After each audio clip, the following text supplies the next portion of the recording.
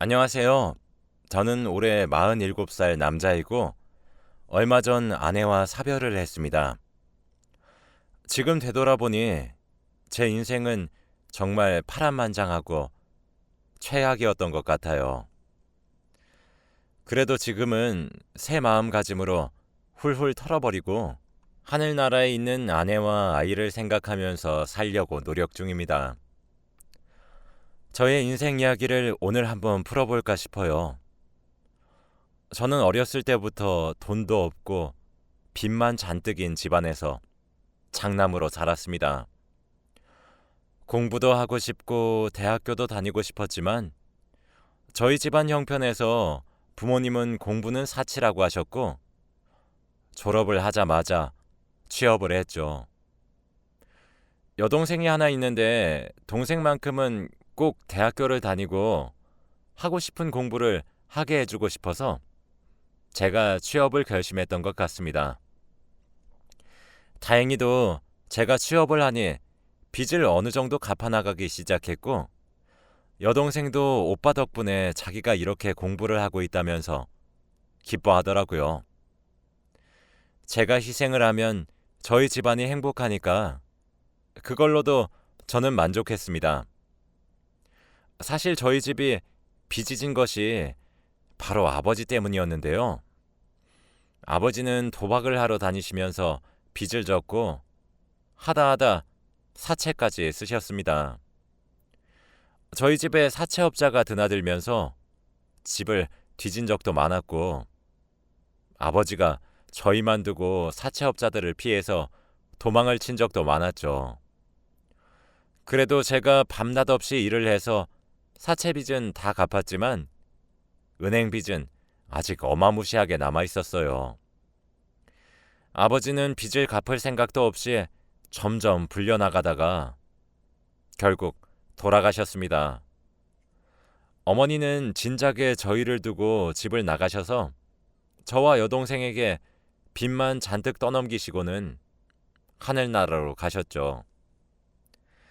평생 일해도 못 갚을 빚이었는데 끝까지 피해만 주시는 아버지가 너무 미웠습니다.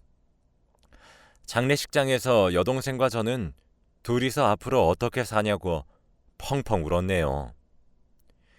여동생은 회사를 다니고 있었고 저는 택배기사 일을 하고 있었어요. 착한 여동생은 저보다 돈을 더 잘 벌었는데 자신의 월급의 50%를 빚 갚는 데 썼습니다.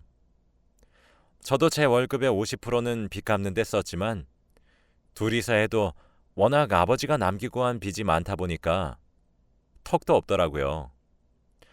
그래도 저희는 한 번도 어기지 않고 빚을 갚아 나갔어요. 그렇게 빚만 갚다가 끝날 것만 같던 제 인생은 저희 아내를 만나고 난 뒤부터 달라지기 시작했습니다. 제가 택배 일을 하면서 병원으로 택배를 배달하기 위해 갔는데 거기서 만났죠. 아내는 한 할머니의 간병인이었고 우연치 않게 스쳐 지나갔는데 너무 예뻤습니다. 저는 택배를 배달하자마자 그 여자에게 다가가서 대뜸 인사를 해버렸지 뭐예요. 착한 그 여자는 이상한 저의 인사도 웃으면서 받아주었고 저는 바로 전화번호를 받을 수 있었습니다. 지금 생각해도 아내는 천사였던 것 같네요. 그리고 일을 마치고 집으로 돌아와서 그녀에게 전화를 걸어서 새벽 내내 이야기를 나누고 같이 밥도 먹고 하면서 만났습니다. 그녀는 간병인 일을 하고 있다고 했고 할머니, 할아버지 밑에서 커서 간병인 일이 자기한테 잘 맞다고 하더라고요. 주위에서 그렇게 마음 따뜻한 사람이 드문데 예쁜 외모에 성심까지 착하니 안 반할 수가 없었죠.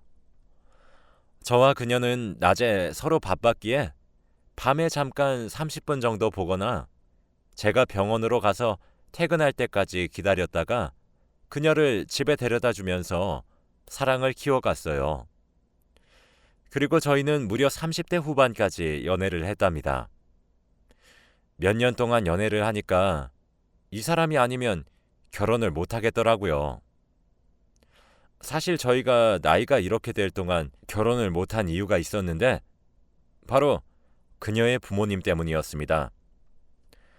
다들 딸이 좋은 남자 만나서 편하게 살기를 원하시다 보니 택배 기사 일을 하는 제가 성에 차지 않는 것 같더라고요. 그리고 하다못해 도박쟁이 아버지가 남긴 빚까지 있으니 말이죠. 솔직히 저도 그 마음 다 이해합니다. 제가 몇 번이고 먼저 찾아가서 힘들게 안 할 자신이 있다고 말씀드려도 처음에는 화를 내면서 안 된다고 쫓아내시더니 갈수록 제발 우리 딸 놓아주세요. 우리 딸을 사랑하면 더 좋은 남자 만나게 해달라고요. 하시면서 아예 싹싹 빌더라고요. 그래도 저와 그녀의 고집은 꺾을 수 없었어요.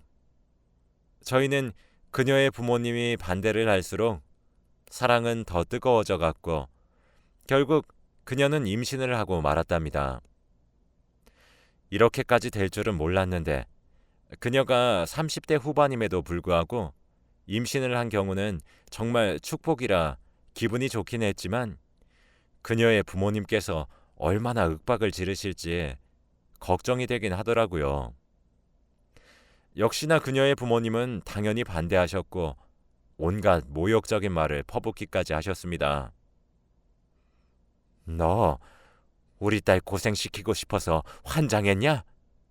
라고 하면서 도둑놈이라고 했죠.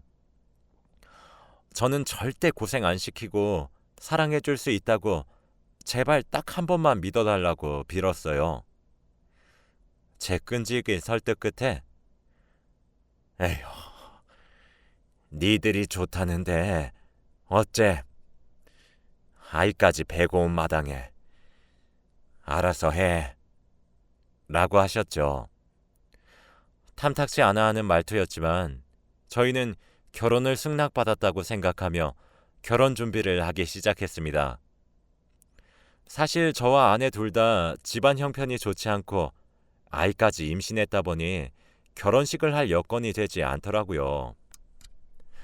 아내의 배는 점점 불러오고 결혼 비용도 너무 들고 힘들었습니다. 그런데 아내가 먼저 저한테 여보, 우리 그냥 결혼식은 아이 낳고 천천히 할까? 나 배도 불러서 웨딩드레스도 안 예쁠 것 같고 돈도 너무 많이 들어 라고 하면서 먼저 저한테 결혼식을 미루자고 하더라고요. 솔직히 여자들은 결혼식 웨딩드레스가 로망일 텐데 그렇게 먼저 말해주는 아내에게 너무 고마웠습니다. 아내와 저는 결혼식 없이 혼인신고를 하고 얼마 지나지 않아 아이를 바로 출산했어요. 아이는 아들이었는데 아주 장군감이었습니다. 밥도 많이 먹고 배변 활동도 잘해서 우리가 장군감을 낳았다면서 좋아했죠. 그런데 아이가 2살이 되면서 구토도 하고 설사도 하는 겁니다. 솔직히 처음에는 우리가 너무 많이 먹여서 그런 줄 알고 대수롭지 않게 여겼어요. 그리고 아내가 아이를 낳고 나서부터 간병인 일을 잠시 쉬고 있다 보니 제가 낮에는 택배기사 일을 하고 밤에는 대리운전 일을 해서 아이에게 관심을 쓸 여력이 없었거든요. 아내가 퇴근하고 온 저한테 민호가 이상해. 병원에 가봐야 할 것 같은데? 라고 하면 저는 늘 피곤하다고 내일 얘기해 라고 하며 넘겼죠. 그때로 시간을 되돌리고 싶습니다. 아들 민호는 날이 갈수록 아픈 게 심해졌고 더 이상 가만히 두면 안 될 것 같아서 동네 작은 소아과로 향했더니 더 정밀한 검사가 필요하니 큰 병원으로 가보세요 라고 하는 게 아니겠어요? 저는 단순한 건 줄 알았는데 의사 선생님께서 그렇게 말씀하시니까 너무 무서웠고 바로 대학병원으로 가서 진료를 받았습니다. 그런데 의사 선생님께서 한숨을 푹 쉬시더니 폐혈증입니다. 왜 이렇게 늦게 오셨어요? 라고 하더군요. 단순히 열나고 하길래 감기인 줄 알았는데 폐혈증이라니요. 원래 초기에 오면 치료를 통해서 나을 수 있는데 너무 늦게 와서 치료를 해도 효과가 있을지는 모르겠다고 하더군요. 그래도 저 아내는 지푸라기라도 잡는 심정으로 제발 치료해달라고 부탁을 했고 의사 선생님은 민호를 치료해주기 시작했어요. 아내는 매일같이 민호를 간호하려고 병원에 있었고 저는 밤낮 없이 일을 해야 했기에 집에 있었습니다. 몇 개월 동안 그렇게 살면서 민호의 병원비를 내고 있는데 갑자기 아내가 얼른 병원으로 오라고 하더라고요. 좋지 않은 기운을 느꼈고 눈에 초점이 흐려진 채로 병원에 갔더니 민호는 결국 하늘나라로 갔습니다. 제가 일이 힘들다고 아내의 말을 무시하지 않고 바로 병원에 갔다면 우리 민호는 살았을까라는 생각을 하면서 혼자 자책하고 있는데 갑자기 옆에 있는 아내가 혼자서 중얼거리더라고요. 나 때문에 죽었어. 나 때문에 죽은 거야. 그런 아내를 보니까 집안에 한 사람이라도 정신을 바로잡지 않으면 큰일 날 것 같더라고요.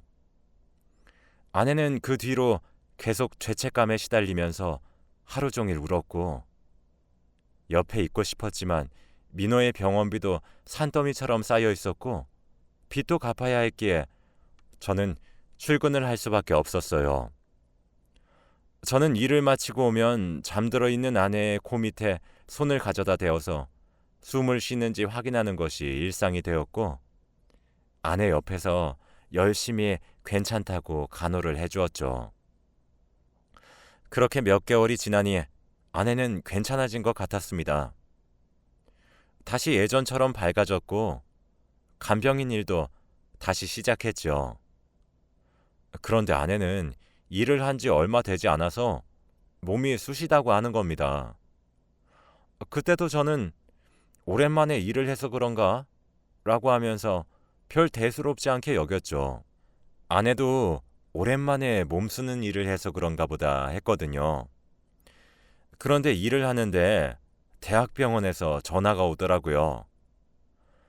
박수진 씨 보호자분 맞으시죠? 얼른 오셔야 할 것 같아요.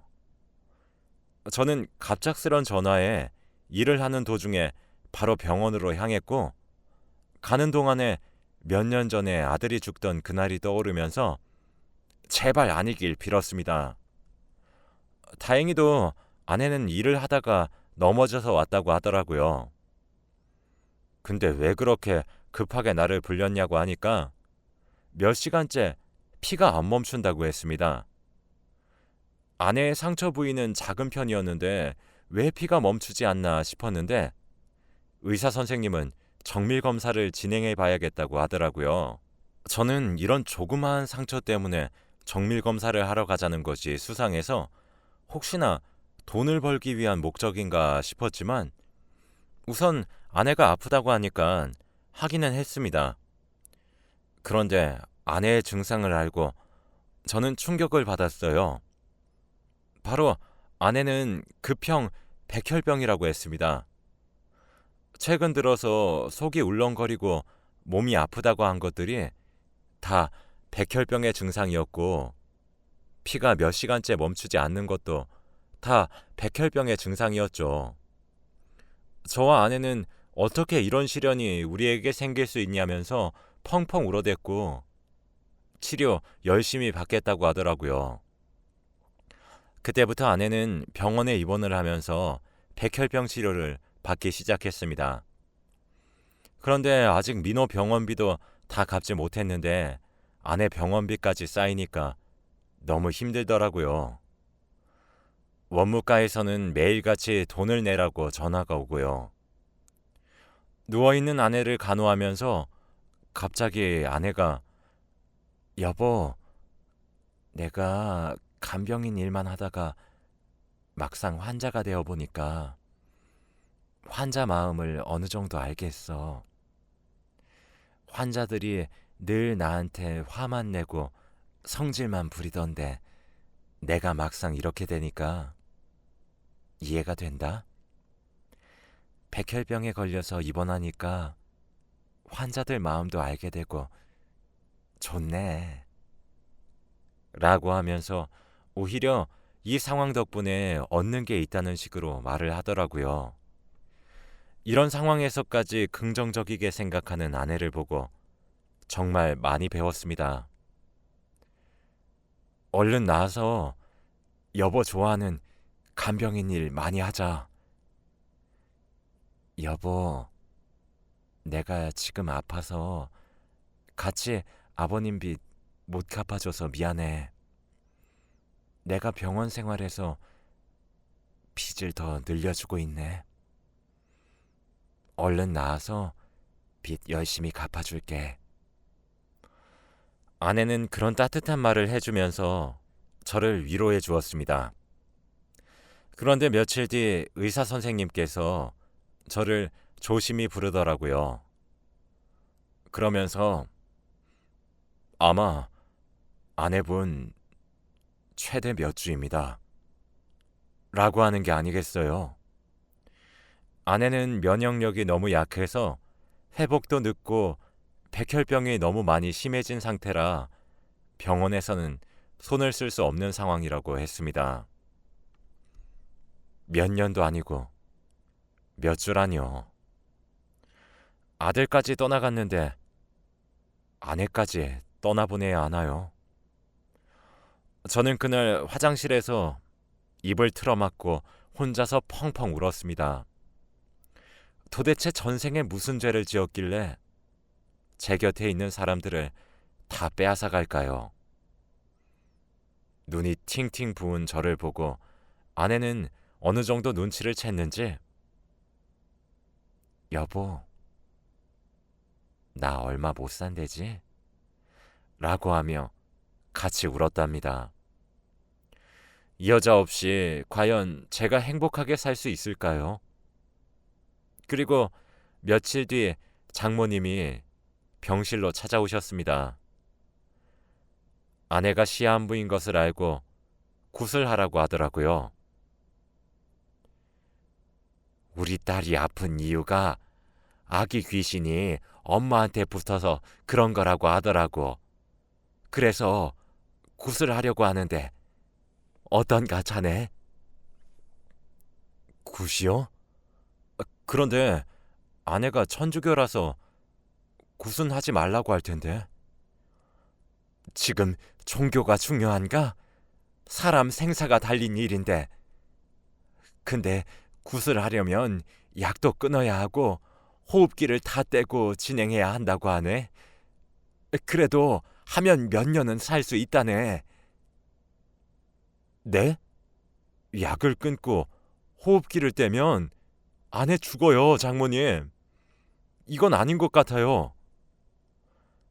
저는 장모님의 제안을 받아들이면 아내가 죽을 것 같았기에 반대를 하고 아내와 함께 마지막까지 같이 있었습니다.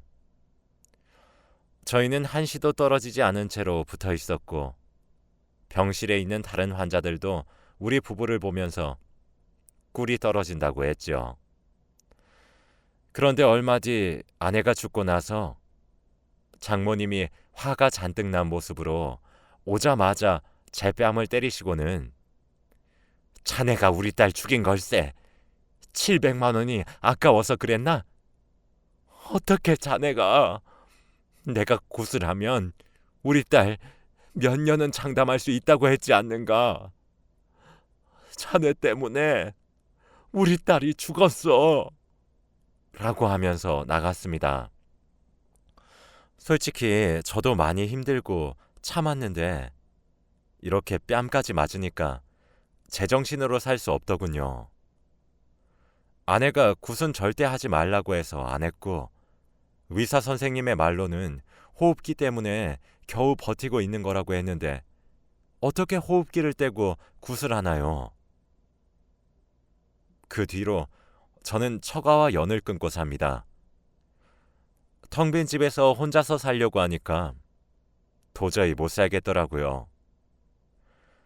아직 아내와 아들의 짐도 전혀 치우지 않다 보니 그들의 온기까지 남아 있어요. 아들을 떠나보내고 얼마 지나지 않아 아내까지 죽었는데 어떤 남자가 제정신으로 살 수 있을까요? 하다못해 꿈에서도 아들과 아내가 같이 나오면서 행복하게 웃음을 짓고 있는데 꿈에서 깨면 눈물만 나옵니다.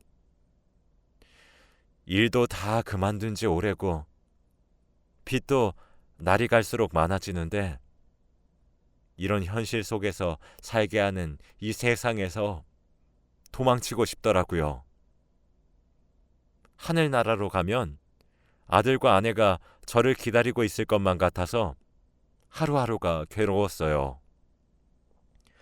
매일같이 그리운 아내와 아이 생각이 나서 납골당에 가서 매일같이 울며 보냈습니다.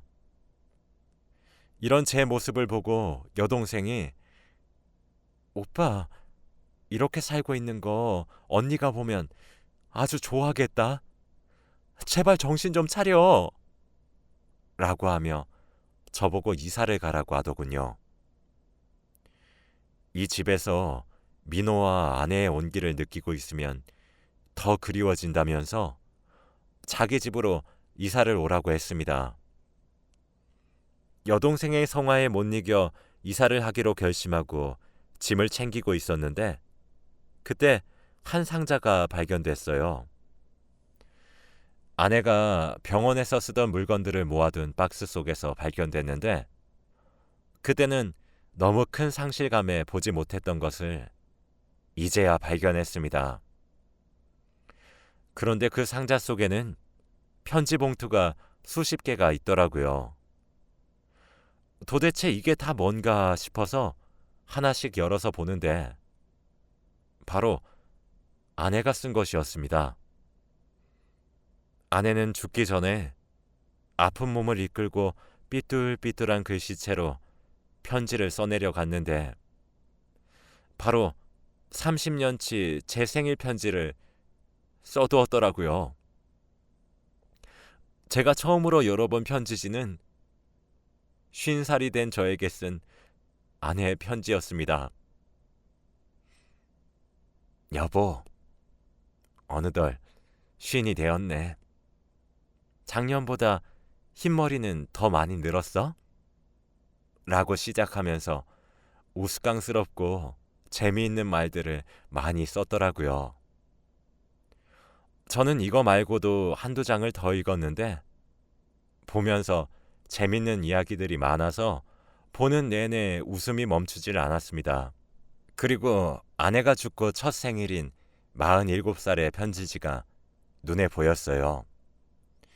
곧 생일이라 어차피 읽어야 하니 미리 읽는 셈 치고 편지 봉투를 열었고 아내는 여보, 처음으로 혼자 맞는 생일이네.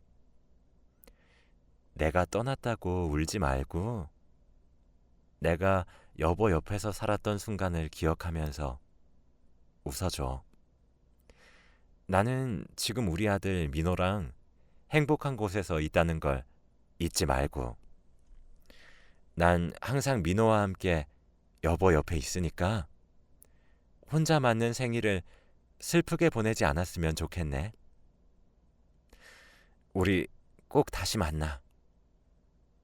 여보, 내가 하늘에서 지켜볼 테니 꼭 행복하게 살았으면 좋겠어. 사랑해. 라고 쓰여 있었습니다. 저는 편지를 읽으면서 눈시울이 붉어졌고 편지지에는 눈물이 뚝뚝 떨어지기 시작했죠. 아내의 편지를 읽으니까 아내가 소리내어 읽어주는 것 같았고 제 곁에서 저를 어루만지는 듯한 느낌이 들더라고요. 아내가 남기고 간 이벤트 때문에 매년 생일을 기다리게 되고 편지지를 읽기 위해서 힘들어도 1년, 2년, 3년 쭉 살아가는 것 같아요. 저는 아내가 남기고 간 말처럼 아내와 행복하게 살았던 순간을 생각하면서 살고 있고 일도 다시 시작하면서 여동생과 함께 빚을 갚아나가고 있답니다.